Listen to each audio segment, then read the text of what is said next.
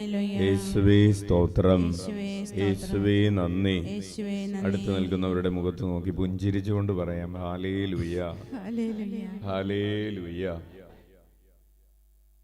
പ്രിയപ്പെട്ടവരെ, ഇന്ന് നമ്മോടുകൂടെ ബലിയർപ്പിക്കാൻ അച്ഛൻ്റെ പ്രിയപ്പെട്ട അമ്മച്ചിയുണ്ട്, സഹോദരിയുണ്ട്. നമുക്ക് അമ്മച്ചിയെയും ചേച്ചിയെയും പ്രത്യേകമായി കരമടിച്ച് സ്വാഗതം ചെയ്യാം. Praise the Lord, hallelujah. അപ്പോൾ അമ്മച്ചിയും ചേച്ചിയും വന്നത് അപ്പച്ചന് വേണ്ടി നമ്മളെല്ലാവരും പ്രാർത്ഥിച്ചതിന് നന്ദി പറയാൻ വേണ്ടിയാണ്. അതുപോലെ അമ്മച്ചിയുടെ രോഗാവസ്ഥയിലും നമ്മൾ പ്രാർത്ഥിച്ചിരുന്നു. അപ്പോൾ നമുക്ക് കർത്താവിന് നന്ദി പറഞ്ഞ് പ്രാർത്ഥിക്കാം. ഇന്ന് വിവാഹ വാർഷികം ആഘോഷിക്കുന്ന ഷൈബി റോബിൻ ദമ്പതികളെ പ്രത്യേകമായി ഓർക്കാം. 30ാം വിവാഹ വാർഷികത്തിൻ്റെ സത്തിൽ അവർക്ക് വേണ്ടി പ്രാർത്ഥിക്കാം. ഇന്നത്തെ ചോദ്യം, നീ എന്ത് ഓർത്തിട്ടാണ് നന്മ ചെയ്യുന്നത്? നീ എന്ത് കണ്ടിട്ടാണ് നന്മ ചെയ്യുന്നത്? അല്ലെങ്കിൽ കുറച്ചുകൂടെ പ്രാദേശികമായി പറഞ്ഞാൽ, എന്ത് കിട്ടുമെന്ന് വിചാരിച്ചിട്ടാണ് നന്മ ചെയ്യുന്നത്? ഒന്ന് ആലോചിച്ചു നോക്കി. നമ്മൾ എന്ത് കിട്ടുമെന്ന് വിചാരിച്ചിട്ടാണ് നന്മ ചെയ്യുന്നത്? നമ്മൾ നന്മ ചെയ്യാറുണ്ട്.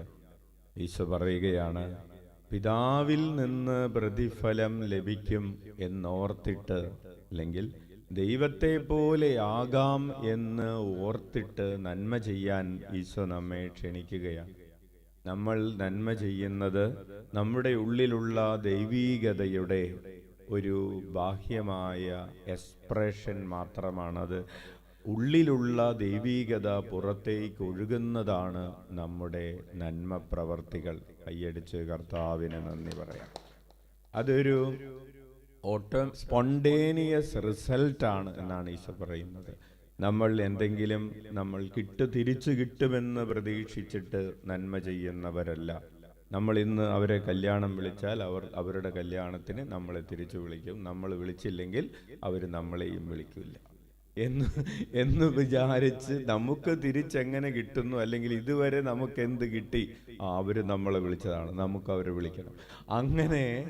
അങ്ങനെ നമുക്ക് കിട്ടിയതിനെ ഓർത്ത് നമ്മൾ പ്രതികരിക്കുന്നവരും കിട്ടാനിരിക്കുന്നതിനെ ഓർത്ത് പ്രവർത്തിക്കുന്നവരുമല്ല. നമ്മൾ നമ്മുടെ ഉള്ളിലുള്ള ദൈവീകത അത് എക്സർസൈസ് ചെയ്യുകയാണ്. കാരണം ദൈവം എല്ലാവരുടെയും മേൽ മഴ പെയ്യിക്കുകയും സൂര്യനെ ഉദിപ്പിക്കുകയും ചെയ്യുന്നവനായിരിക്കുന്നത് പോലെ തന്നെ ദുഷ്ടരോടും ശിഷ്ടരോടും കരുണ കാണിച്ച് പിതാവായ ദൈവം കരുണയുള്ളവനായിരിക്കുന്നത് പോലെ നമ്മളും കരുണയുള്ളവരായിരിക്കണം എന്ന് ഈശോ നമ്മെ ഓർമ്മിപ്പിക്കുന്നു. നമുക്ക് ഉറക്കെ വിളിക്കാം, ഈശോയേ. അതുകൊണ്ട് ഈ പ്രഭാതത്തിൽ നമുക്ക് വലതുകരം ഉയർത്തി വീശിക്കൊണ്ട് ഇങ്ങനെ പറയാം, ഈശോയേ, പിതാവായ ദൈവം കരുണയുള്ളവനായിരിക്കുന്നത് പോലെ ഞങ്ങളും കരുണയുള്ളവരായിരിക്കുവാൻ ഞങ്ങൾക്ക് കൃപ നൽകണമേ.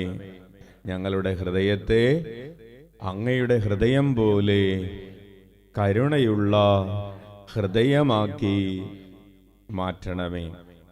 നമുക്ക് കണ്ണുകളടക്കാം.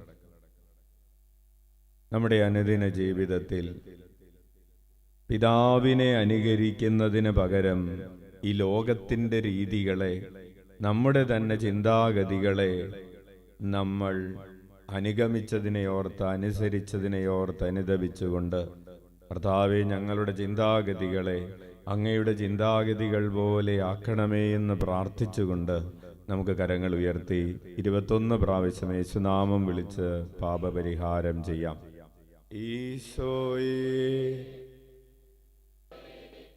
ഈശോയേ, ഈശോയേ, ഈശോയേ, ഈശോയേ, ഈശോയേ, ഈശോയേ, ഈശോയേ, ഈശോയേ,